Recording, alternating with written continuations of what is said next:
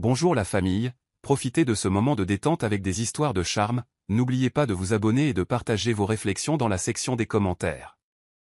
Cliquez aussi généreusement sur le bouton j'aime car cela signifie énormément pour nous. Veuillez vous asseoir, vous détendre et profiter alors que nous plongeons dans l'histoire. Jasmine Sinclair se réveilla ce matin-là dans un nuage de contentement. La lumière du soleil filtrait à travers les baies vitrées de la chambre principale, baignant la couette blanche et moelleuse d'une lueur dorée. Elle laissa échapper un petit soupir de bonheur avant de jeter un coup d'œil à son mari endormi, Léo Sinclair. Il faisait l'envie de tout le monde. Jeune, riche et profondément, du moins en apparence, amoureux. Leur manoir, situé dans un quartier exclusif entouré de chênes imposants, arborait une entrée avec un double escalier orné, un jardin paysager rappelant un château de contes de fées et une piscine à débordement qui scintillait comme du saphir liquide au soleil de l'après-midi. À l'intérieur de la maison, les murs étaient ornés d'art moderne et les sols étaient en marbre immaculé. Des femmes de ménage maintenaient tout dans un état de propreté irréprochable, et leur chef personnel préparait des repas gastronomiques que la plupart des gens ne pouvaient que rêver de goûter. Jasmine sortit doucement du lit, laissant Léo se reposer un peu plus longtemps. C'était leur anniversaire, et elle voulait préparer un petit déjeuner spécial. Elle avait déjà organisé la livraison d'un bouquet de roses rouges foncées sur la table de la salle à manger, accompagné d'une note manuscrite exprimant sa gratitude pour les années qu'ils avaient partagées. En descendant le couloir, elle passa devant des portraits d'eux en vacances exotiques. Skiant dans les Alpes suisses, se promenant main dans la main sur les plages de Santorin, et riant ensemble dans des paysages urbains animés du monde entier. Pourtant, sous cette apparence parfaite, elle sentait un changement dans l'air. C'était quelque chose d'intangible, une tension subtile qui s'était glissée dans leur mariage. Depuis quelques semaines, Léo était devenu distant. Il était préoccupé par son téléphone, disparaissant souvent dans d'autres pièces pour prendre des appels. Quand Jasmine lui demandait ce qui se passait, il répondait que c'était « juste les affaires ». Elle voulait le croire. Après tout, c'était un entrepreneur à succès qui prospérait grâce à une communication constante, mais la petite voix dans sa tête lui chuchotait que c'était différent. Alors qu'elle battait des œufs dans la cuisine, les mots de sa meilleure amie Maya résonnaient dans son esprit, « N'ignore pas tes instincts, Jazz. Si quelque chose te semble anormal, c'est probablement le cas. » La dernière chose que Jasmine voulait, c'était de se méfier de Léo. Elle l'adorait, son esprit vif, son charme, et ce sourire confiant qu'il affichait lorsqu'il concluait une affaire lucrative. Elle pensait au premier jour où il l'avait courtisée avec des lettres d'amour manuscrites, des sérénades à minuit et des voyages improvisés. Au moment où Léo descendit, Jasmine avait préparé un festin élaboré, des omelettes moelleuses, des parfaits aux fruits frais, du bacon croustillant et du pain perdu légèrement saupoudré de sucre glace. Il y avait une bouteille de champagne sur la table pour trinquer à leur anniversaire. « Bonjour », dit-elle avec un sourire éclatant, espérant voir cette vieille étincelle dans ses yeux. « Bonjour », répondit Léo sèchement, la regardant à peine alors qu'il parcourait les messages sur son téléphone. Il lui donna un rapide baiser sur la joue et s'installa sur une chaise, examinant le petit déjeuner comme s'il s'agissait d'une réflexion après coup. Son cœur se serra. Pourtant, elle garda son attitude agréable. Déterminée à sauver la matinée. « Joyeux anniversaire, chérie », dit-elle en poussant doucement le bouquet de roses vers lui, avec sa note. « Je n'arrive pas à croire que ça fait une autre année merveilleuse. » Il jeta un coup d'œil aux roses et força un sourire. « C'est vrai, joyeux anniversaire, » dit-il, puis il s'éclaircit la gorge et regarda de nouveau son téléphone. « J'ai une réunion dans environ 1 heure, donc je vais devoir faire vite. » Jasmine sentit la piqûre de la déception. Elle essaya de l'ignorer en sirotant son jus d'orange. Après tout, elle pourrait aborder son comportement plus tard. Pour l'instant, elle voulait profiter au maximum de ce moment. Elle se disait qu'elle imaginait juste des choses, que les pressions professionnelles lui causaient du stress. Mais un doute lancinant persistait. Plus tard dans la soirée, ils sortirent pour célébrer. Léo avait réservé une table dans un restaurant chic offrant une vue panoramique sur la ville. L'ambiance était romantique. Les lumières tamisées, le doux murmure d'un pianiste dans le coin, et les bougies vacillantes qui prêtaient une teinte dorée au décor du dîner. Pourtant, plus Jasmine essayait d'engager la conversation, plus elle remarquait l'expression détachée de Léo. Finalement, elle rassembla son courage pour demander « Léo, est-ce que tout va bien ?» Tu as été silencieux. Il força un sourire. « Je suis juste fatigué, Jasmine. Le travail a été intense. Elle hocha la tête, forçant son propre sourire en retour, mais son cœur battait la chamade. Elle ne pouvait se défaire du sentiment qu'il y avait plus à l'histoire. Alors que la soirée touchait à sa fin, ils rentrèrent chez eux. Jasmine fixa la porte d'entrée du manoir avant d'entrer. Elle était déterminée à découvrir ce qui rendait Léo si distant. Quelque chose lui disait qu'un secret se cachait sous leur façade de conte de fées. Une sensation de malaise étreignit Jasmine cette nuit-là. Elle était allongée dans son lit, écoutant la pluie tomber dehors, tandis que l'horloge dépassait minuit. Son esprit s'emballait. Chaque rire ou sourire narquois que Léo avait partagé ces dernières semaines semblait suspect. Chaque conversation brutalement interrompue lorsqu'elle entrait dans la pièce. Chaque message texte qu'il refusait de lui montrer. Finalement, l'épuisement l'emporta et elle s'endormit. Mais vers 2 heures du matin, elle se réveilla et trouva Léo profondément endormi à côté d'elle. La lueur bleue de son téléphone sur la table de nuit attira son attention. Elle se redressa lentement, la respiration courte. Devait-elle regarder? Elle voulait lui faire confiance, mais son intuition hurlait qu'elle devait découvrir la vérité. Les mains tremblantes, elle prit le téléphone. Elle jeta un coup d'œil à Léo, toujours endormi, sa poitrine se soulevant et s'abaissant à un rythme régulier. Elle connaissait son code d'accès. Il le lui avait donné il y a des mois. Elle le tapa, son cœur battant à tout rompre. La première notification à l'écran était un message d'une personne nommée Sophia, « J'ai tellement hâte de notre avenir ensemble. Contente que tu quittes enfin ce fardeau. » Les yeux de Jasmine s'écarquillèrent. Son pouce accéléra alors qu'elle tapait sur le message. Toute une série de SMS compromettants se déroulèrent. Sophia, quand lui diras-tu? Léo, dès que possible. Elle n'a aucune idée, mais je n'en peux plus. Sophia, elle ne fait que te retenir.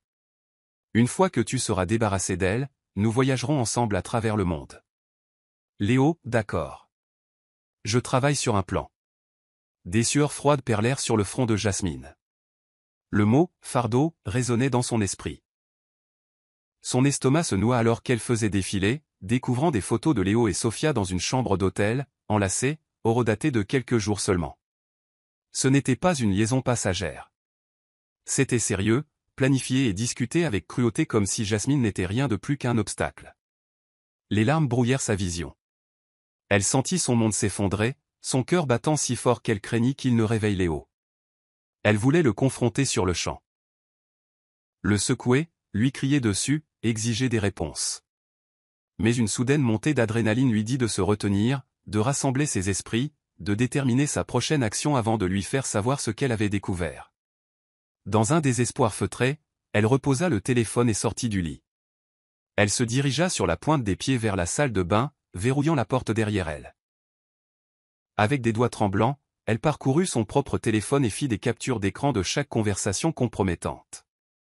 Ses joues étaient mouillées de larmes qu'elle n'avait pas réalisé verser. « Comment a-t-il pu me faire ça ?» chuchota-t-elle, pressant une paume sur sa bouche pour étouffer un sanglot. L'homme qu'elle avait adoré, l'homme avec qui elle avait construit une vie, planifié un avenir avec quelqu'un d'autre, quelqu'un qu'il appelait un fardeau. Pendant un instant, elle fixa son reflet dans le miroir. Le diffuseur parfumé au jasmin dans le coin était ironiquement réconfortant, une odeur qu'elle avait toujours aimée. Ses yeux étaient gonflés, ses cheveux en désordre. Elle avait la nausée. Quand elle rassembla enfin assez de courage pour quitter la salle de bain, elle se glissa de nouveau dans le lit, l'esprit en ébullition avec une question, le confronter maintenant ou attendre? Elle décida d'attendre. Une confrontation sans stratégie pourrait se retourner contre elle. Elle avait besoin de réfléchir, de planifier, de décider si elle voulait se battre pour son mariage ou tout abandonner. À côté d'elle, Léo dormait paisiblement, comme un homme à la conscience tranquille. Jasmine fixait le plafond, le cœur en miettes, se demandant si elle pourrait jamais lui faire confiance à nouveau. Elle ne savait pas que son monde était sur le point d'être encore plus brisé. Pendant 2 jours, Jasmine maintint une façade de normalité autour de Léo.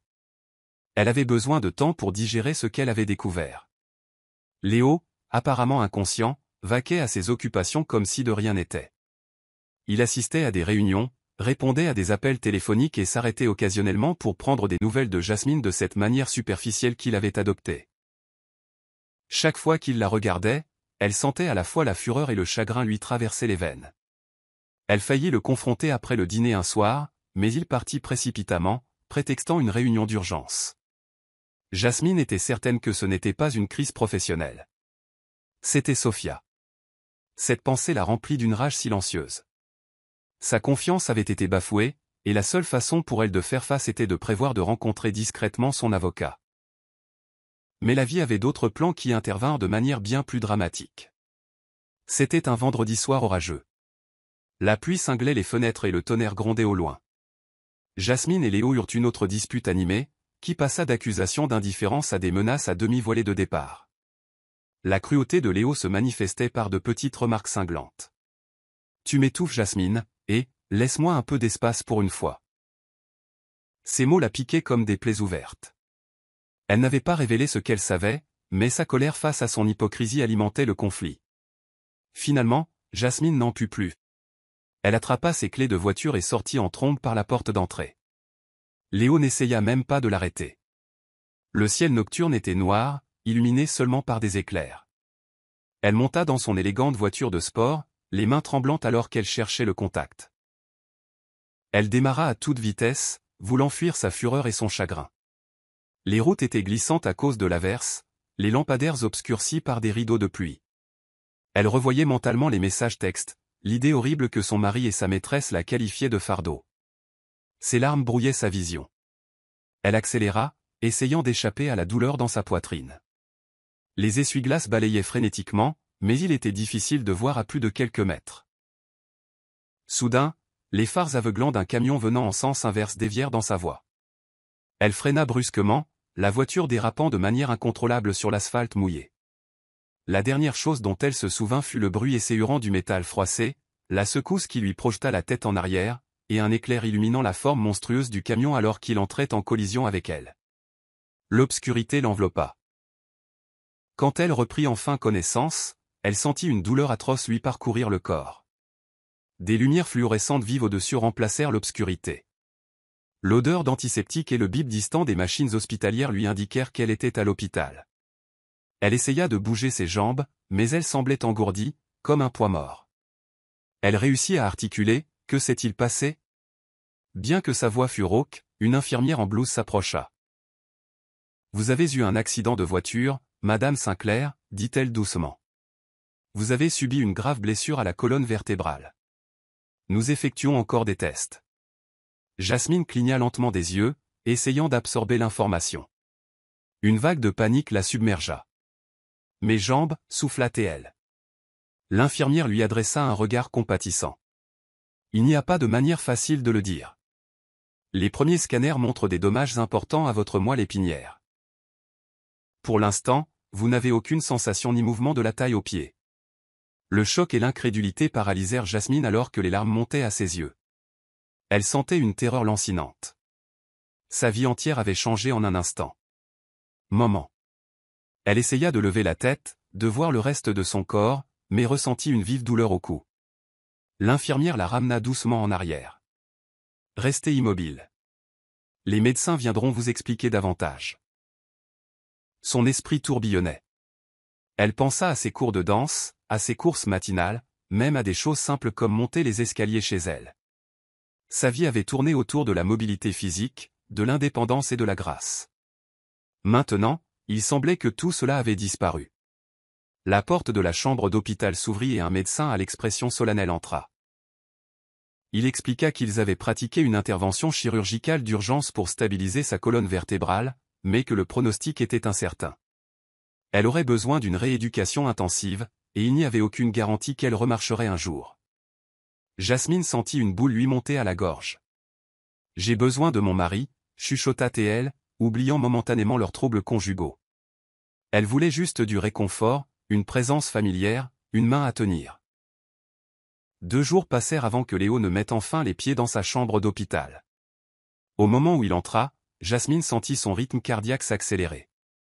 Elle chercha sur son visage la moindre trace de compassion ou de culpabilité. Son expression était calme, presque détachée. Ce n'était pas le conjoint éploré se précipitant pour réconforter sa femme blessée. Elle réussit un petit sourire plein d'espoir. « Léo, tu es là. J'ai eu si peur. Sa voix tremblait.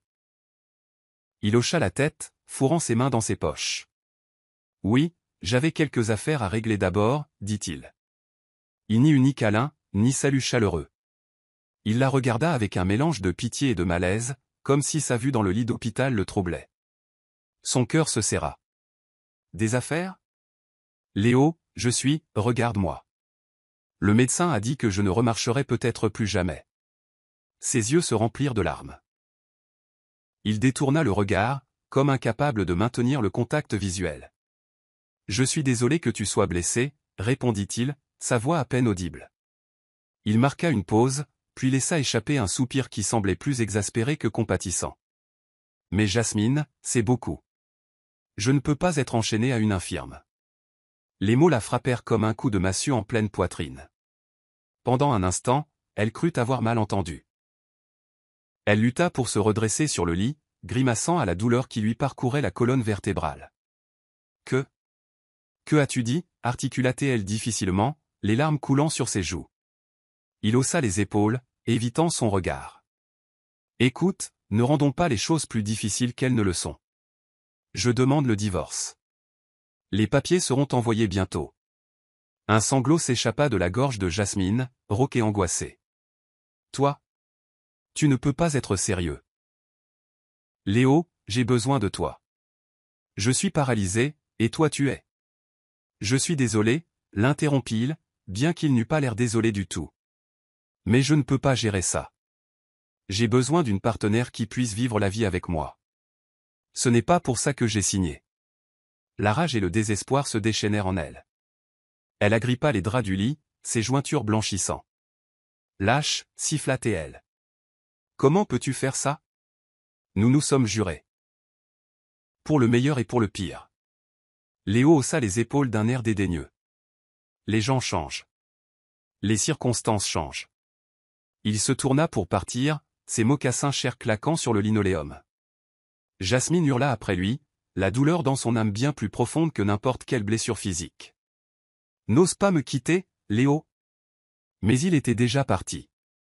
La porte claqua, résonnant dans le couloir. Effondrée contre les oreillers, elle pleura amèrement. Le chagrin la brûlait plus que la blessure réelle à la colonne vertébrale. Ses larmes trempaient la blouse d'hôpital, et elle serra les poings dans une dévastation totale. Une infirmière se précipita, l'inquiétude gravée sur son visage. Elle essaya de réconforter Jasmine, mais la trahison était trop profonde. Tout ce que Jasmine voulait, c'était le mari qu'elle pensait connaître. Mais cet homme avait disparu, remplacé par un étranger méconnaissable. Cette nuit-là, pendant que les infirmières s'occupaient d'elle et tentaient d'ajuster ses médicaments contre la douleur, elle resta éveillée, fixant le plafond. Son corps était brisé. Son mariage s'effondrait. Elle ne s'était jamais sentie aussi seule de sa vie. Quelques semaines angoissantes plus tard, Jasmine sortit de l'hôpital. Bien que physiquement elle se stabilisait, émotionnellement elle se sentait comme une coquille fragile de ce qu'elle était autrefois. Elle s'accrochait encore à un faible espoir que Léo céderait, ou du moins l'aiderait à passer de l'hôpital à la maison. Mais alors qu'elle était assise dans son fauteuil roulant, attendant près de l'entrée de l'hôpital, aucune limousine ni chauffeur familier n'arriva. À la place, Maya, son amie d'enfance, se précipita à travers les portes automatiques. Jazz, s'exclama Maya, les yeux remplis d'inquiétude. Elle se hâta vers Jasmine et la serra dans une étreinte chaleureuse, évitant soigneusement les bandages et le cadre métallique du fauteuil roulant. J'étais si inquiète. Pourquoi Léo n'est-il pas venu? Jasmine laissa échapper un rire amer, les larmes brûlant déjà au coin de ses yeux. Il me divorce, croassa-t-elle, sa voix à peine audible par-dessus le bourdonnement de la climatisation de l'hôpital. Il a dit qu'il ne pouvait pas être enchaîné à une infirme. La mâchoire de Maya tomba. Quoi? Tu es sérieuse? La fureur dans sa voix aurait pu faire fondre l'acier. Elle regarda autour d'elle, comme si elle s'attendait à ce que Léo apparaisse pour qu'elle puisse s'en prendre à lui. Ne voyant personne, elle s'agenouilla devant. Que local, reconnaissante d'avoir un endroit qui offrait à la fois chaleur et accès gratuit à Internet. Elle s'installait à un poste informatique avec un crayon et son fidèle carnet, prête à absorber autant d'informations que possible. Ses sujets de recherche étaient simples au début, comment gagner de l'argent en ligne, graphisme en freelance, démarrer une entreprise en ligne à partir de zéro. Elle dévorait des articles de blog, des articles commerciaux et des livres électroniques gratuits. Elle découvrit des personnes qui avaient bâti des carrières entières en vendant leurs services de design ou en gérant des comptes de médias sociaux. Chaque histoire de réussite enflammait davantage sa passion. Un après-midi, en parcourant des forums, elle découvrit un monde de plateformes de freelance où les entreprises publiaient des demandes de logos, de graphiques pour les médias sociaux et de matériel de branding. Les yeux de Mia s'écarquillèrent. C'est ça, pensa-t-elle. Je peux travailler en ligne sans bureau sophistiqué ni gros budget. Son excitation était palpable. De temps en temps, la bibliothécaire lui jetait un coup d'œil de côté, remarquant ses prises de notes frénétiques et ses murmures d'excitation. Mia n'y prêta aucune attention. Elle était totalement concentrée. Si c'était réel, si elle pouvait vraiment décrocher des clients du monde entier, alors la voix méprisante de son père pourrait enfin s'estomper dans l'insignifiance.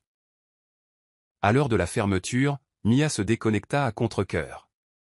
Elle rangea son carnet, qui était maintenant rempli d'URL, de conseils et de croquis d'idées de marques potentielles. À l'extérieur de la bibliothèque, l'air était vif et le soleil plongeait sous l'horizon.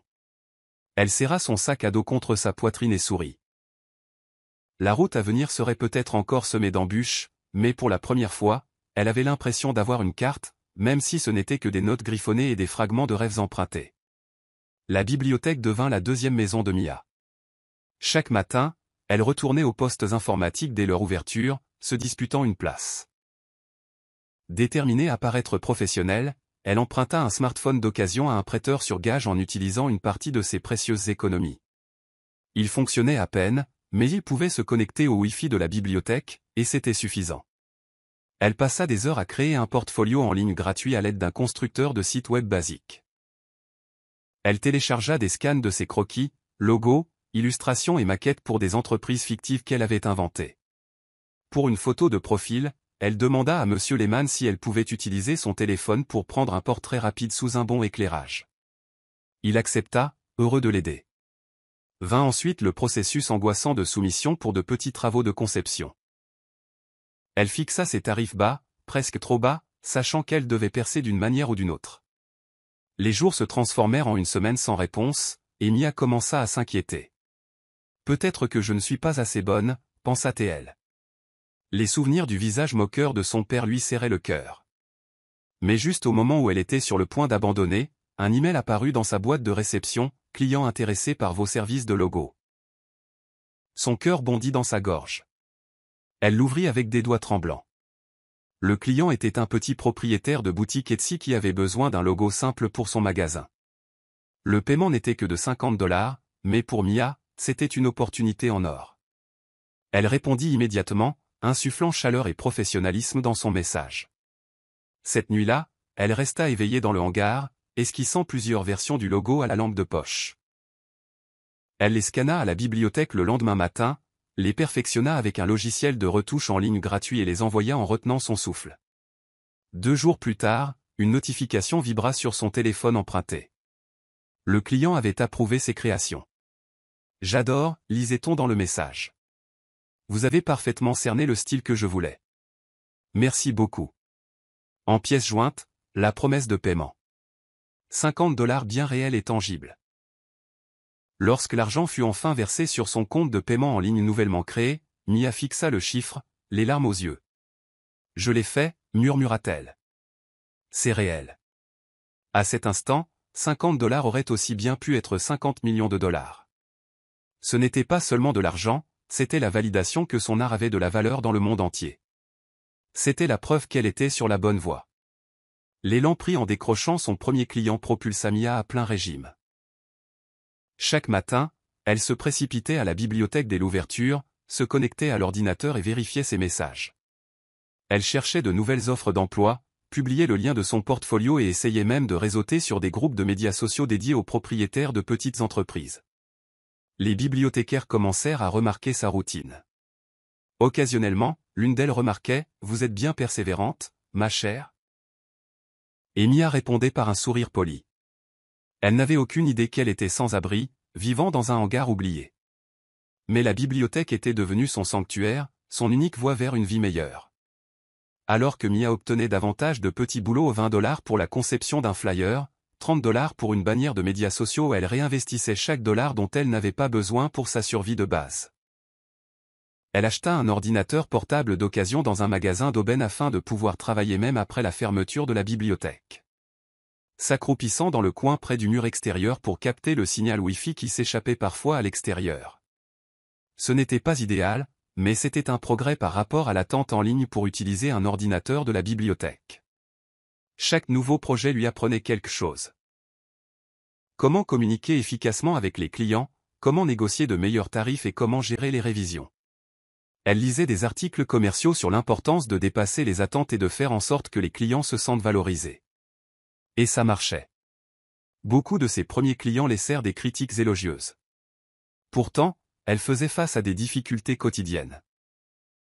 Certaines nuits, elle s'endormait le ventre gargouillant, les maigres fonds qu'elle gagnait étant investis dans des fournitures d'art ou de meilleurs logiciels. Mais chaque tiraillement de fin était un rappel de son objectif. Ce ne sera pas comme ça pour toujours, se disait-elle, la main posée sur son ordinateur portable cabossé. Un jour, je regarderai en arrière et je serai fier de n'avoir jamais abandonné. Ce que Mia ne réalisait pas encore, c'est qu'elle posait les fondations de quelque chose de bien plus grand qu'une activité d'appoint. Elle acquérait des compétences qui façonneraient son destin, se rapprochant petit à petit du type de succès dont son père s'était autrefois moqué. Et dans les coins tranquilles de la bibliothèque, elle sentait une braise d'espoir luire plus fort chaque jour. Tout n'était pas que soleil et succès dans la carrière naissante de Mia. L'une des plus grandes leçons qu'elle apprit fut enveloppée dans l'amère réalité de la trahison. Au début, elle avait attiré l'attention d'un homme nommé Vincent, un expert autoproclamé en images de marque qui semblait impressionné par ses créations. Il la contacta avec une offre: « J'ai de plus gros clients qui ont besoin de travail de conception. Si vous travaillez avec moi, nous pouvons partager les bénéfices. » Au début, Mia hésita. Elle sentait quelque chose de fuyant dans le ton de Vincent. Mais la promesse de clients plus importants et de plus d'argent était difficile à ignorer. Elle aspirait à la stabilité. Alors elle prit le risque, espérant que ses conseils pourraient accélérer sa croissance. Pendant quelques semaines, cela parut prometteur. Vincent la présenta, par email, à un client supposé de haut vol qui avait besoin d'une refonte complète de sa marque. Mia travailla jour et nuit, produisant une gamme de logos, de planches d'ambiance et d'éléments de design. Elle y mit toute son âme, excitée par le défi et stimulée par l'assurance de Vincent que le gain serait important. Mais à l'approche des échéances, Vincent devint de plus en plus évasif. Les emails aux clients restèrent sans réponse, et les réponses de Vincent à Mia se limitaient à des phrases laconiques: « J'y travaille. Tiens bon. » Le coup de grâce arriva lorsque Mia vérifia la page des médias sociaux du client. À son grand choc, ils avaient annoncé une relance de marque avec de nouveaux logos et éléments de design.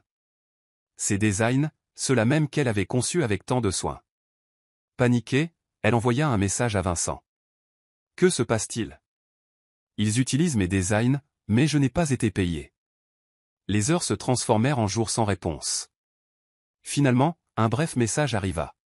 « Ce travail ne t'appartient pas. C'est à moi.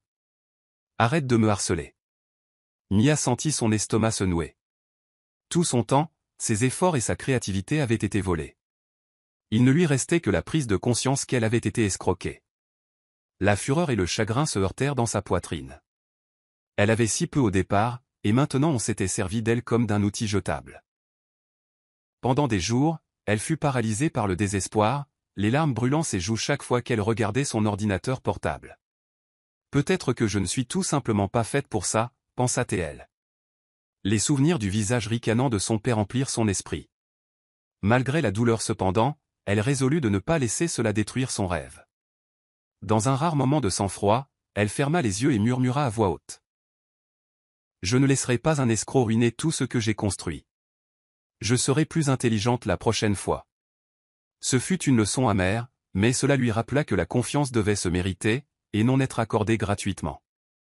Et ainsi, elle alla de l'avant, déterminée à ne plus jamais être une victime. Après la trahison, Mia réalisa qu'elle devait changer sa façon de fonctionner.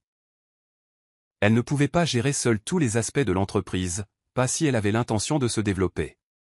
Elle jonglait avec le marketing, le design, la communication client, la facturation et la gestion de projet, et c'était épuisant. Plus important encore, la tromperie de Vincent la rendait méfiante à l'idée de s'associer aveuglément.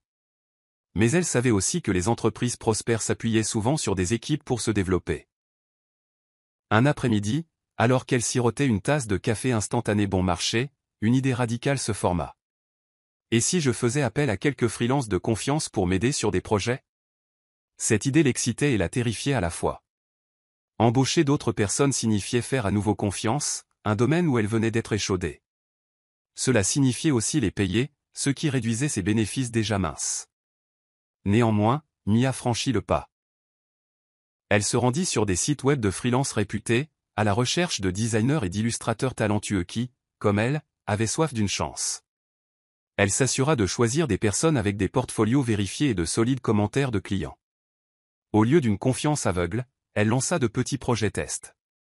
Avec le temps, elle constitua une petite équipe fiable de 3 personnes. Une illustratrice nommée Cassie, un graphiste nommé Ibrahim et un rédacteur publicitaire nommé Jules. Pour chaque nouveau projet, Mia déléguait des tâches, se concentrant sur l'acquisition de clients et la direction générale. C'était angoissant au début. Ces freelances respecteraient-ils les délais? Maintiendraient-ils ces normes de qualité? Mais avec une communication soignée et des directives claires, le système fonctionna. Bientôt, le volume des commandes commença à augmenter. Sa petite agence commença à prendre en charge des packages de branding plus complexes. Mia découvrit qu'elle appréciait le rôle de chef de projet, s'assurant que chaque élément au logo, palette de couleurs, texte marketing s'assemblait de manière transparente.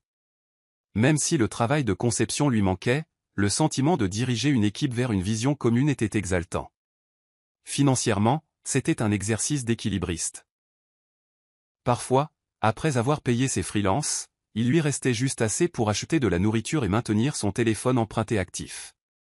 Pourtant, à chaque projet terminé, son profil en ligne se développait et les recommandations de bouche à oreille augmentaient. Elle ne pouvait pas encore vraiment appeler cela une entreprise florissante, mais c'était sans aucun doute plus que ce qu'elle avait un mois auparavant. Tard un soir, alors qu'elle était blottie dans le hangar avec son ordinateur portable, Mia repensa au visage de son père. « Il a dit que je ne serais jamais rien », murmura-t-elle. Elle regarda les murs poussiéreux et sentit une vague de détermination. « Eh bien, je deviens quelque chose. Regardez bien. » Et ainsi, elle continua, confiante que les risques qu'elle prenait finiraient par payer. Environ 6 mois après que Mia ait assemblé sa petite équipe, le destin intervint de manière significative. Elle reçut une demande d'une influenceuse lifestyle en devenir nommée Ruby Torres. Ruby était charismatique et avait un public dévoué sur les réseaux sociaux d'1 demi-million de personnes, un nombre que Mia pouvait à peine concevoir. Ruby avait besoin d'une refonte complète de sa marque, logo, palette de couleurs, modèle pour les réseaux sociaux et une page, à propos de moi. Élégante. Mia mit tout son cœur dans le projet, travaillant en étroite collaboration avec Cassie, Ibrahim et Jules pour créer une identité de marque qui capturait la personnalité vibrante de Ruby. Ils inclurent des motifs fantaisistes, des polices audacieuses et des couleurs pastel chaudes correspondant exactement à la persona en ligne de Ruby, axée sur la positivité et le bien-être personnel. Lorsque Mia livra le package final, elle retint son souffle, attendant anxieusement la réponse de Ruby. En moins d'1 heure, l'influenceuse répondit avec une pure excitation. « C'est parfait. Je suis obsédée. Merci. » Mia exhala un soupir de soulagement. Ce qui se passa ensuite changea tout. Ruby publia une série d'images avant-après sur son Instagram, identifiant l'agence naissante de Mia et s'extasiant sur « l'incroyable équipe de branding » derrière son nouveau look. Ses abonnés prirent note. En grand. En l'espace de quelques jours, la boîte de réception de Mia déborda de demandes. Petites entreprises, autres influenceurs, même des organisations à but non lucratif voulaient le même branding captivant que Ruby avait présenté. Soudain, Mia se retrouva en territoire inconnu. Elle était habituée à jongler avec une poignée de petits projets à la fois, mais elle avait maintenant des dizaines de clients potentiels. La demande était exaltante, mais aussi terrifiante. Pourrait-elle gérer autant de travail? Ces freelances pourraient-ils livrer à temps? Elle n'avait pas de logiciel de gestion de projets sophistiqué, juste des tableurs et des emails. Pourtant, elle releva le défi de front.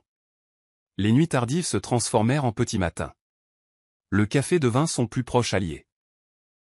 Chaque fois qu'elle se sentait dépassée, Elle se souvenait de ce qu'elle avait ressenti en étant expulsée avec rien d'autre qu'un sac à dos. Ce souvenir alimentait sa détermination. Je ne gâcherai pas cette chance, se disait-elle. C'est l'opportunité que j'attendais. En un mois, Mia réussit à honorer plusieurs commandes de premier plan, gagnant plus en cette courte période qu'elle ne l'avait fait durant toute l'année précédente. La rumeur de la prodige du branding adolescente commença à se répandre, une exagération, mais qui piqua la curiosité de plus de gens. La jeune fille autrefois sans abri, vivant dans un hangar poussiéreux, devenait une designer recherchée. Et elle n'avait que 17 ans. La croissance de Mia après le succès viral fut tout simplement explosive. Elle quitta le hangar, pouvant enfin se permettre un minuscule studio. Ce n'était pas luxueux, juste un espace exigu avec une seule fenêtre et une moquette usée, mais il y avait une serrure, de l'électricité et une plaque chauffante sur laquelle elle pouvait cuisiner. Comparé au hangar, cela ressemblait à un palais. Stimulée par sa nouvelle clientèle, elle rebaptisa sa propre entreprise, l'appelant Carter Creative Branding. L'opération autrefois modeste disposait désormais d'un site web professionnel, de portfolios mis à jour et d'une page de témoignages clients qui présentait des critiques élogieuses de clients satisfaits. La détermination juvénile de Mia et son flair pour comprendre les tendances modernes la firent sortir du lot dans une industrie saturée. Les revenus grimpèrent régulièrement. Au début, elle atteignit $1000 par mois, puis $5000. Au moment de son 18e anniversaire, elle franchit le cap insaisissable des 6 chiffres de revenus annuels, une étape qu'elle pensait autrefois réservée uniquement aux personnes en costume et dans des bureaux chics. Maintenant, les possibilités semblaient infinies. Mais le succès apporta son propre lot de défis. Mia dut se familiariser avec la comptabilité, les impôts, les contrats et les politiques RH pour gérer correctement ses freelances. Elle découvrit l'importance d'une croissance durable, investissant dans de meilleurs outils et ressources plutôt que de simplement empocher tous les bénéfices. Le sommeil devint un luxe. Elle se retrouvait souvent à travailler jusqu'à l'aube, alimentée par la pure adrénaline et le souvenir de chaque insulte que son père lui avait lancée. Un soir, alors qu'elle se détendait enfin dans son studio, Mia s'accorda un rare moment de réflexion. Elle se souvint avoir dormi sur le sol froid du hangar, pleurant jusqu'à en être engourdie. Cela semblait une éternité, pourtant c'était il y a moins de 2 ans. Des larmes de gratitude montèrent à ses yeux. « Je l'ai fait », murmura-t-elle à la pièce vide. « Je leur prouve qu'ils ont tort. » Elle savait qu'elle avait encore beaucoup de chemin à parcourir. 6 chiffres étaient une réussite impressionnante, mais elle avait des objectifs plus ambitieux. 7, voire 8 chiffres. Elle voulait construire un empire, montrer au monde et à sa famille que la fille qu'ils avaient rejetée pouvait devenir quelque chose d'extraordinaire. À présent, le succès grandissant de Mia commençait à faire parler localement. Les gens qui l'ignoraient autrefois voulaient soudainement être associés à elle. Cela incluait une amie d'enfance nommée Lila, qui s'était jointe aux moqueries envers Mia lorsqu'elles étaient plus jeunes. Lila la contacta via les réseaux sociaux, envoyant un message excessivement doux, « Mia. Ça fait une éternité. Tu me manques, ma belle. Rattrapons le temps perdu. » Quand Mia vit le message, elle ressentit un flot d'émotions contradictoires, colère, amertume, et peut-être une légère pointe de curiosité. Mais elle se souvenait trop bien de la façon dont Lila l'avait traitée, une amie de nom seulement, qui n'avait jamais pris sa défense quand Mia était harcelée. Elle répondit simplement. « Pourquoi maintenant, Lila ?» La réponse qu'elle reçut était truffée de flatteries peu sincères. « Je suis. Vais juste ton histoire. Tellement fière de toi, ma chérie. » Elle ajouta même quelques émojis en forme de cœur. Mia décida de la rencontrer pour un café, principalement pour voir s'il y avait un remords sincère derrière la façade. Le café était animé, et Mia arriva en avance. Quand Lila entra d'un pas vif, elle arborait un sourire empressé, les bras ouverts pour une étreinte. « Mia, tu es fantastique. » s'extasia-t-elle. Pendant la conversation, Lila ne cessa d'insister. « Peut-être qu'on pourrait travailler ensemble ? J'ai toutes ces idées, et tu réussis manifestement si bien. Ça pourrait être gagnant-gagnant, non ? » Il n'y eut aucune excuse, aucune reconnaissance du passé. Juste un intérêt personnel immédiat. Finalement, Mia en eut assez entendu. Elle se pencha en arrière sur sa chaise, les bras croisés. « Tu t'en fichais quand je mourais de faim, » dit-elle tranquillement. « Pourquoi t'en soucier maintenant ? » Lila tressaillit, le sang quittant son visage. Que veux-tu dire, balbutia-t-elle. Mia secoua la tête, se levant pour partir. Je ne suis pas stupide, Lila. Je me souviens exactement de ton comportement. Bonne chance avec tes idées. Mais je ne suis pas intéressée. Sur ce, elle sortit, laissant Lila sans voix. En descendant sur le trottoir, Mia ressentit un étrange sentiment de clôture. Elle réalisa qu'elle n'avait plus besoin de l'approbation de gens comme Lila. Son succès était le sien, gagné à la sueur de son front et par ses larmes. Les opinions de ceux qui s'étaient autrefois moqués d'elle n'avaient plus aucun poids. C'était une pensée libératrice, qui alimenta sa détermination à continuer de construire son empire selon ses propres termes. Le travail acharné de Mia continua de porter ses fruits, et à l'âge de 19 ans, Carter Creative Branding connut une ascension fulgurante. Elle avait désormais une équipe plus importante. 10 freelances, 3 chargés de clientèle, et même un coach d'affaires à temps partiel pour la guider. Des clients de premier plan cherchant à refaire leur image de marque faisaient la queue, et certains des designs de Mia apparurent dans des magazines et des publications en ligne. Puis vint l'étape qu'elle pensait autrefois impossible, franchir la barre du $1 000 000 de chiffre d'affaires total. Elle fixa les chiffres sur son tableau de bord financier, l'esprit chavirant. 1 million. Murmura-t-elle, laissant le poids de ce chiffre s'installer. C'était loin d'être du pur profit, bien sûr. Elle devait couvrir les salaires, les abonnements aux logiciels et autres frais généraux. Mais c'était un signe clair et indéniable du chemin parcouru. Pour fêter ça, elle emmena son équipe principale dîner dans un restaurant modeste. Ils rirent, trinquèrent avec des verres de cidre pétillant et partagèrent des histoires de nuits blanches et de délais clients frénétiques. Mia ressentit une immense gratitude envers eux. Elle n'aurait pas pu atteindre ce niveau sans leurs compétences et leur dévouement.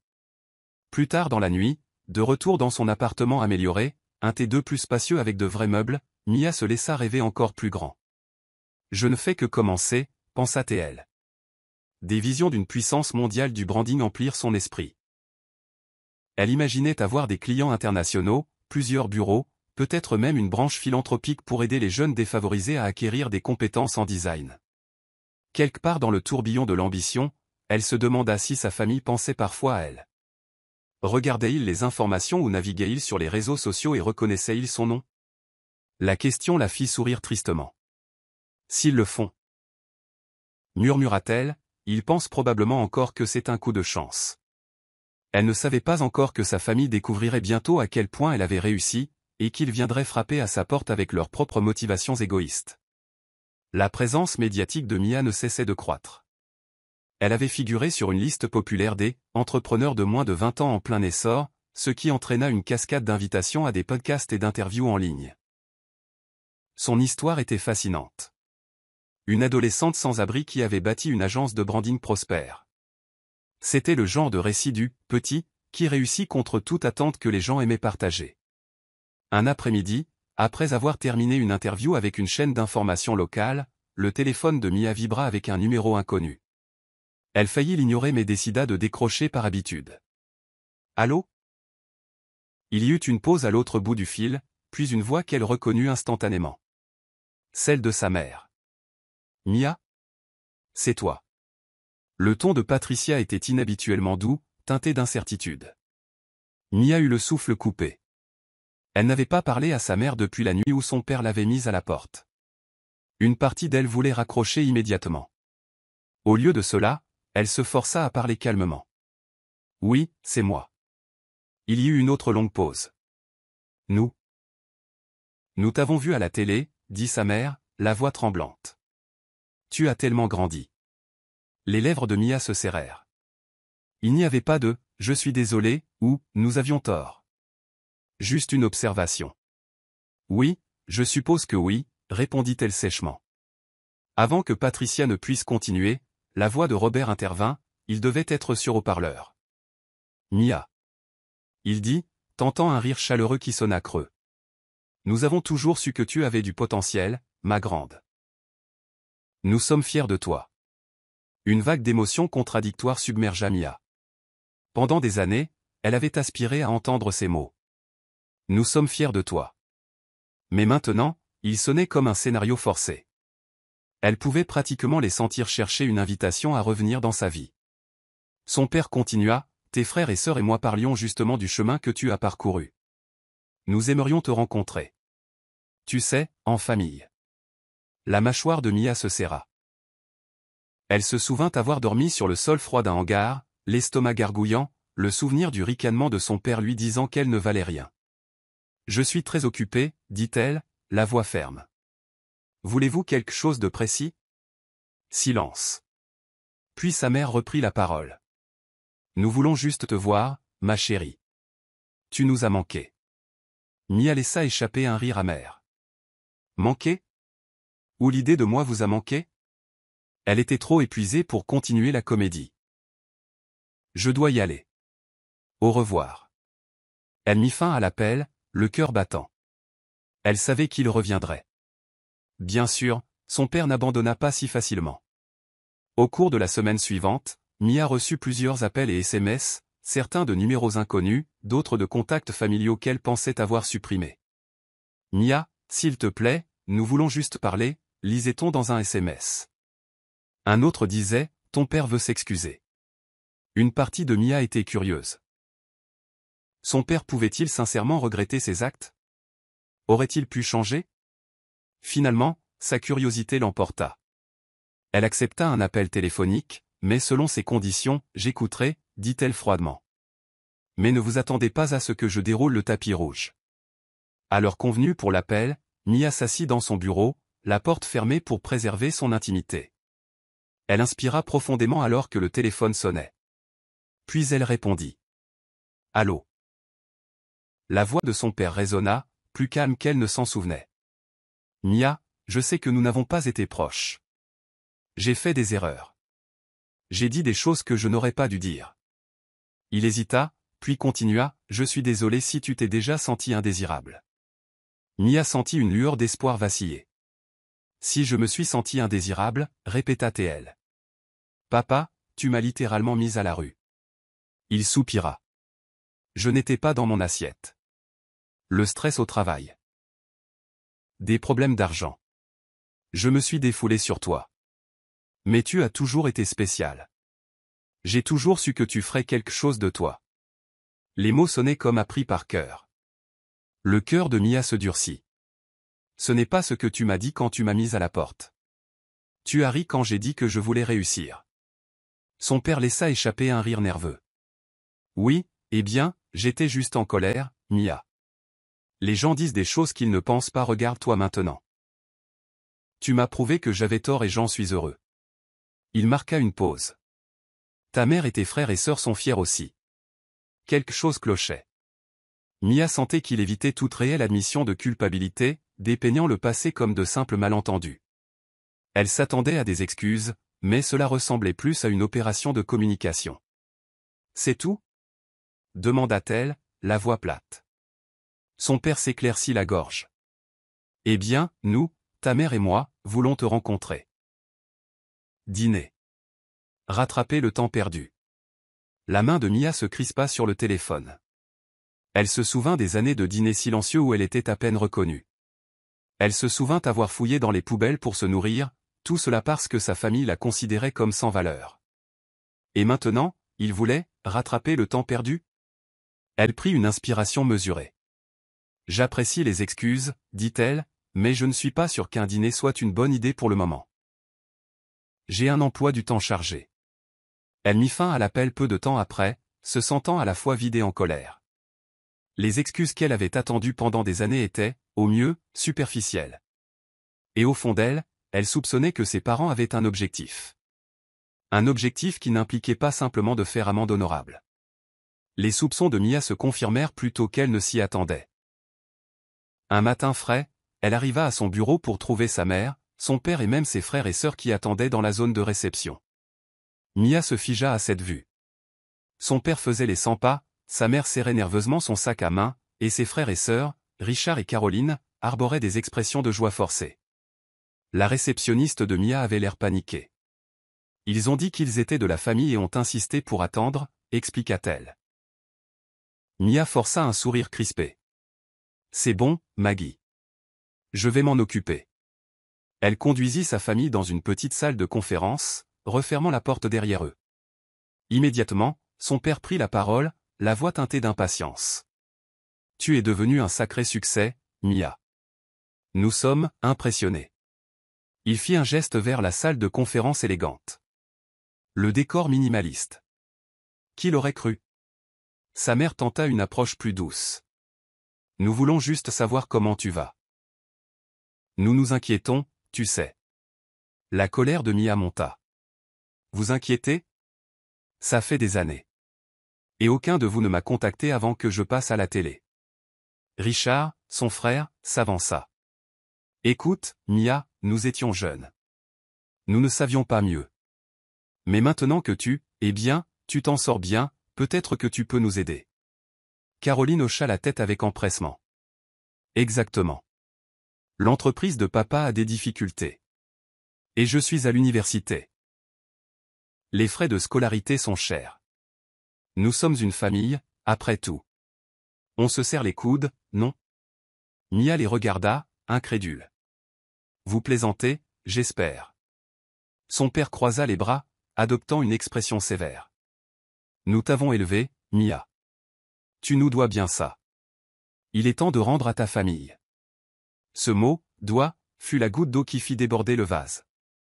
Elle laissa échapper un rire amer. Vous pensez que je vous dois quelque chose pour les nuits où j'ai dormi dans un hangar? Pour le temps que j'ai passé à mourir de faim parce que vous refusiez de me soutenir? La voix de sa mère tremblait d'indignation. Ne nous parle pas comme ça. Nous avons fait de notre mieux. Les temps étaient durs à l'époque. Mia frappa la main sur la table de conférence. Vous m'avez mise à la porte et m'avez traité d'inutile. Maintenant vous débarquez à mon bureau et exigez de l'argent? C'est incroyable. Un silence gêné emplit la pièce. Son père craqua le premier, revenant à la colère. Nous sommes toujours tes parents, siffla-t-il, et tu nous respecteras. Mia le fusilla du regard, la voix froide. Le respect se mérite, papa. Et tu l'as perdu il y a longtemps. Elle se tourna vers ses frères et sœurs. Et vous deux, vous n'avez jamais pris la peine de me contacter une seule fois. Jusqu'à maintenant. Des larmes menaçaient de monter aux yeux de Mia, mais elle refusa de les laisser couler. Sortez, ordonna-t-elle. Je n'ai plus rien à dire. Sa famille parut abasourdie. Mais voyant la détermination dans les yeux de Mia, ils sortirent un par un, lançant de dernières supplications par-dessus leurs épaules.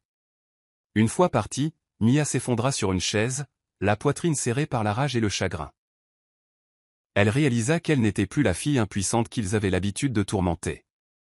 Et il était temps qu'ils le comprennent aussi. Suite à la visite de sa famille, Mia devint méfiante. Elle sentait que ses parents essaieraient des tactiques plus manipulatrices. Elle n'avait pas tort. Quelques semaines plus tard, elle reçut un message vocal de sa mère, d'une voix désespérée. Ton père est malade, Mia. Nous avons besoin d'aide. S'il te plaît, rappelle. L'inquiétude l'envahit momentanément. Malgré tout, elle ne souhaitait pas de mal à son père.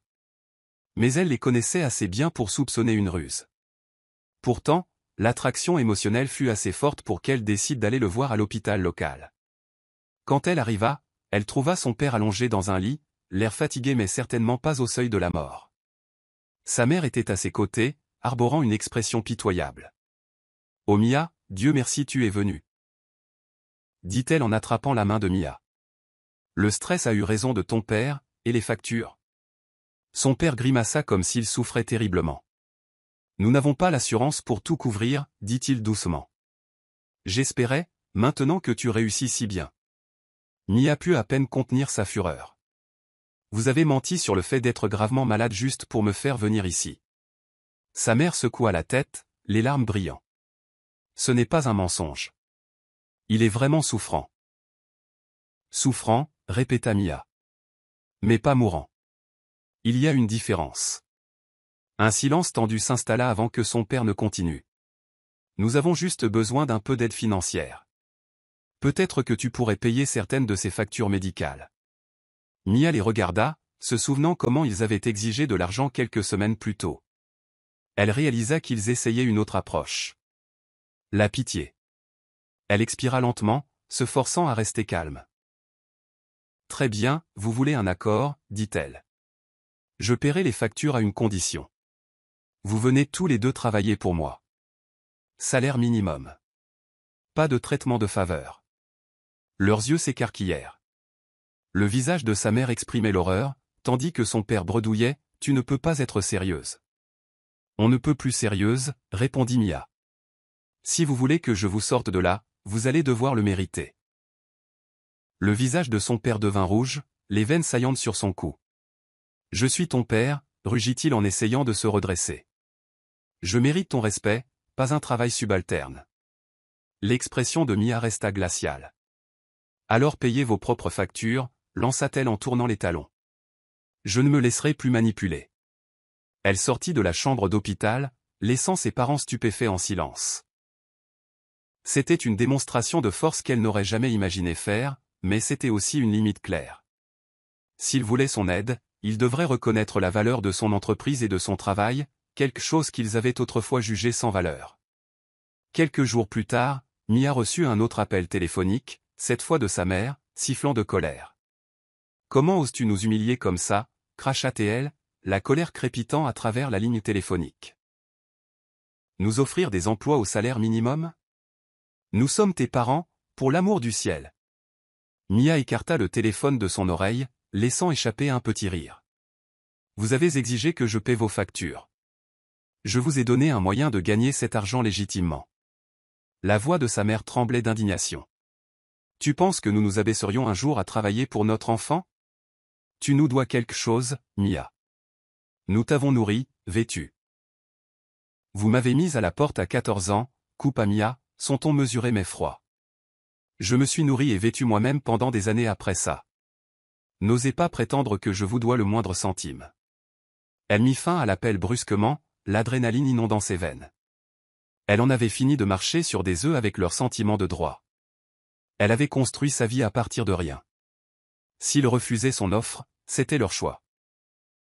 Elle n'allait pas se laisser entraîner à nouveau dans le dysfonctionnement qui avait failli détruire son esprit. La nouvelle de son refus avait dû se répandre parmi ses frères et sœurs également, car Richard et Caroline la bombardèrent de SMS, l'accusant de tourner le dos à la famille.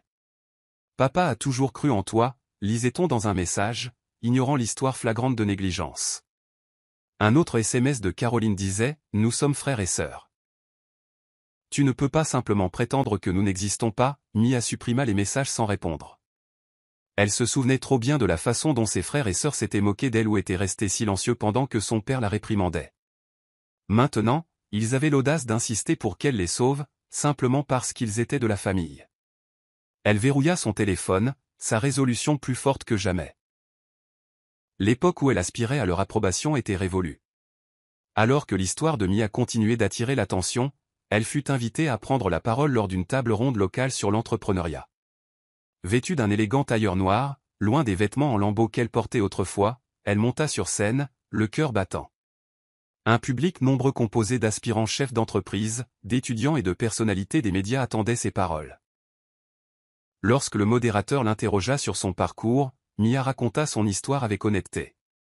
Elle décrivit son enfance de rejet, son expulsion de chez elle et sa lutte pour survivre. Elle parla de dormir dans un hangar, de chercher de la nourriture et de découvrir le pouvoir du commerce en ligne grâce à un ordinateur de bibliothèque. La foule se tut, captivée. Puis Mia prit une profonde inspiration, jetant un coup d'œil au premier rang où elle aperçut quelques-uns de ses nouveaux mentors et membres de son équipe. « La leçon que j'ai apprise, dit-elle, la voix assurée, c'est que personne ne décide de votre valeur à part vous. Si votre propre famille vous traite d'inutile, prouvez-leur qu'ils ont tort en devenant inestimables. » Les applaudissements tonitruants qui suivirent résonnèrent dans l'auditorium, lui donnant des frissons. Les gens se levèrent, applaudissant et essuyant des larmes. À cet instant, Mia réalisa qu'elle était passée de victime à source d'inspiration. Les caméras de télévision locales capturèrent chaque mot, et des extraits de son discours devinrent viraux du jour au lendemain. Les médias sociaux s'enflammèrent d'éloges. « C'est le genre de motivation dont j'avais besoin », tweeta un utilisateur. D'autres partagèrent leurs propres histoires de rejet familial et de triomphe personnel. Mia fut submergée par la réaction. Elle passa des heures à lire des messages sincères d'inconnus qui se sentaient moins seuls grâce à son courage. Pourtant, elle savait aussi que cette nouvelle notoriété atteindrait inévitablement sa famille. Et alors que les applaudissements s'estompaient, Elle se prépara à toute réaction négative qui pourrait survenir. Suite à la renommée grandissante de Mia, la petite entreprise de son père, une entreprise de construction en difficulté, toucha finalement le fond. Des années de mauvaise gestion et une clientèle en baisse le rattrapèrent. Les dettes s'accumulèrent et les banques refusèrent de nouveaux prêts. Des rumeurs circulèrent dans leur ville natale selon lesquelles Robert Carter avait fait faillite. Pendant ce temps, la mère de Mia faisait face à sa propre crise. Elle s'était remariée après s'être séparée de Robert pendant une courte période, mais son nouveau mari la quitta lorsqu'il réalisa qu'elle essayait d'exploiter le succès de Mia. Mia n'entendit ces détails que par ouï-dire, ayant coupé tout contact direct. Mais la nouvelle se répandit rapidement. Ses parents étaient ruinés et désespérés, et ses frères et sœurs n'allaient guère mieux. Puis, un après-midi d'orage, alors que Mia terminait une réunion avec son équipe, Maggie, la réceptionniste, la contacta par interphone. « Mia, dit-elle. Votre famille est ici. » Encore. Mia serra la mâchoire. La frustration bouillonnait. « Ils n'abandonnent tout simplement pas, n'est-ce pas ?» murmura-t-elle. Elle dit à Maggie de les faire attendre quelques minutes pendant qu'elle se ressaisissait. Finalement, elle ouvrit la porte de son bureau et trouva sa mère, son père, son frère et sa sœur blottis ensemble, trempés par la pluie battante. Ils ressemblaient à des coquilles vides d'eux-mêmes. La bravade de son père avait disparu, remplacée par des yeux suppliants. Le visage de sa mère était strié de larmes mêlées de mascara. Richard et Caroline tenaient chacun une boîte humide d'effets personnels, probablement tout ce qui leur restait. « Nous n'avons nulle part où aller. » articula son père avec difficulté. Tout est parti. Le cœur de Mia se tordit. Elle se souvenait de ce que c'était d'être seule avec rien d'autre qu'un sac à dos. Elle prit une inspiration lente et mesurée. « Et pourquoi cela devrait-il m'importer ?» demanda-t-elle, la voix neutre. Sa mère renifla. « Nous sommes ta famille, Mia. Tu ne peux sûrement pas nous regarder souffrir comme ça. » Autrefois, Mia aurait peut-être cédé par compassion. Mais elle se souvenait de chaque nuit de misère, de chaque larme versée pendant qu'ils vivaient confortablement sous un toit. Elle se redressa, laissant le silence emplir l'espace. Elle pouvait presque sentir le désespoir dans l'air. Mia fit signe à sa famille de la suivre dans une salle de conférence, une salle qui semblait plus froide et plus impersonnelle que la dernière fois qu'ils y étaient venus. Ils entrèrent en file indienne, grelottant, leurs yeux parcourant la pièce comme s'ils cherchaient un signe de pitié. Mia ferma doucement la porte derrière eux. « J'écouterai, dit-elle. Mais je ne promets rien. » Son père s'éclaircit la gorge, essayant de retrouver un peu de sang-froid. « Mia, nous sommes au fond du trou. Nous avons juste besoin d'un prêt, d'un petit coup de pouce pour nous remettre sur pied. » Sa mère intervint, la voix tremblante. « Considérez cela comme un investissement, ma chérie. Nous pourrons vous rembourser une fois que nous aurons recommencé. » Richard et Caroline hochèrent la tête, détournant le regard, visiblement honteux. Une partie de Mia ressentit une pointe de culpabilité. Mais elle se força à rester ferme. « Un investissement, hein, répéta-t-elle. Je vous ai offert une chance de travailler pour moi, de gagner un salaire honnête, et vous avez refusé. Maintenant, vous voulez la charité. » Ses frères et sœurs détournèrent le regard, et ses parents s'agitèrent mal à l'aise. « Mia, s'il te plaît, » murmura sa mère. « Nous ne savons plus quoi faire. » Mia les étudia, se remémorant chaque remarque désobligeante, chaque moment de cruauté. Elle ouvrit le tiroir de son bureau et sortit un chéquier. Pendant un bref instant, l'espoir brilla dans leurs yeux, comme s'ils croyaient qu'elle allait leur donner une manne. Puis, d'un geste rapide, elle rédigea un chèque et le déchira. « Tenez, dit-elle en le tendant à son père. C'est assez pour un aller simple en bus hors de la ville. » Ils fixèrent le petit montant sur le chèque, certainement pas le sauvetage qu'ils espéraient. Le visage de son père brûlait d'indignation. « Vous appelez ça de l'aide ?» cracha-t-il. Le regard de Mia était aussi froid que la glace. « J'appelle ça tout ce que vous méritez, » répondit-elle. « Je ne vous dois rien. Je me suis construite à partir de rien après que vous m'ayez jeté. Alors si vous voulez repartir à zéro, faites-le de la même manière que j'ai dû le faire, par vous-même. » Sa mère laissa échapper un sanglot étranglé, tandis que Richard et Caroline fixaient le sol. Mia se tourna pour ouvrir la porte. « Vous pouvez partir maintenant, dit-elle doucement. Nous n'avons plus rien à discuter. » Ils sortirent en traînant les pieds, le poids de leurs propres décisions pesant lourdement dans l'air. Mia les regarda partir, son cœur battant un rythme compliqué de soulagement et de tristesse. Elle avait fait son choix. Elle ne porterait plus leur fardeau. Elle s'était libérée des chaînes de leurs attentes et de leurs condamnations. Les années continuèrent de s'écouler. À l'âge de 25 ans, Carter Creative Branding était devenue une agence multinationale, servant des clients en Europe, en Asie, et au-delà. Elle ouvrit des bureaux dans les grandes villes, embaucha des centaines d'employés et introduisit des programmes de mentorat pour les jeunes créatifs aspirants issus de milieux défavorisés, des enfants qui lui rappelaient celle qu'elle était à 14 ans. Financièrement, elle avait dépassé même ses rêves les plus fous. Les investisseurs se bousculaient pour obtenir une part de son entreprise, et sa valeur nette grimpa jusqu'à atteindre le territoire des milliardaires. Pourtant, à travers tout cela, elle conserva une humilité ancrée, se souvenant de ses nuits passées dans un hangar infect, serrant son carnet de croquis.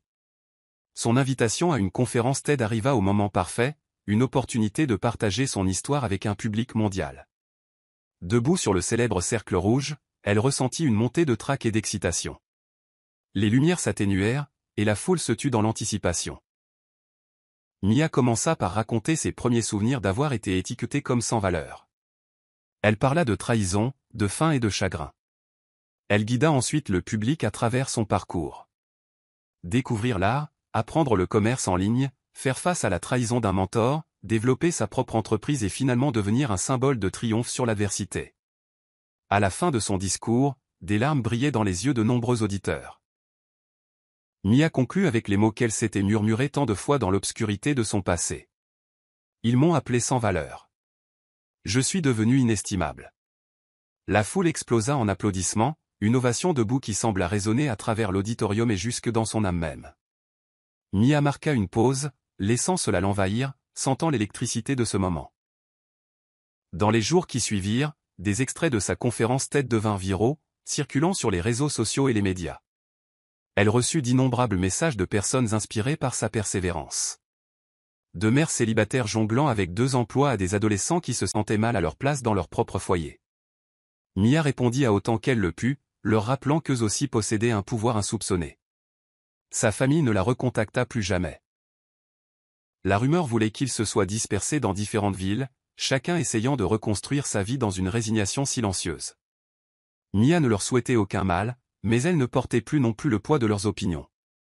Elle avait tourné la page, plus saine, plus heureuse et entièrement autodidacte.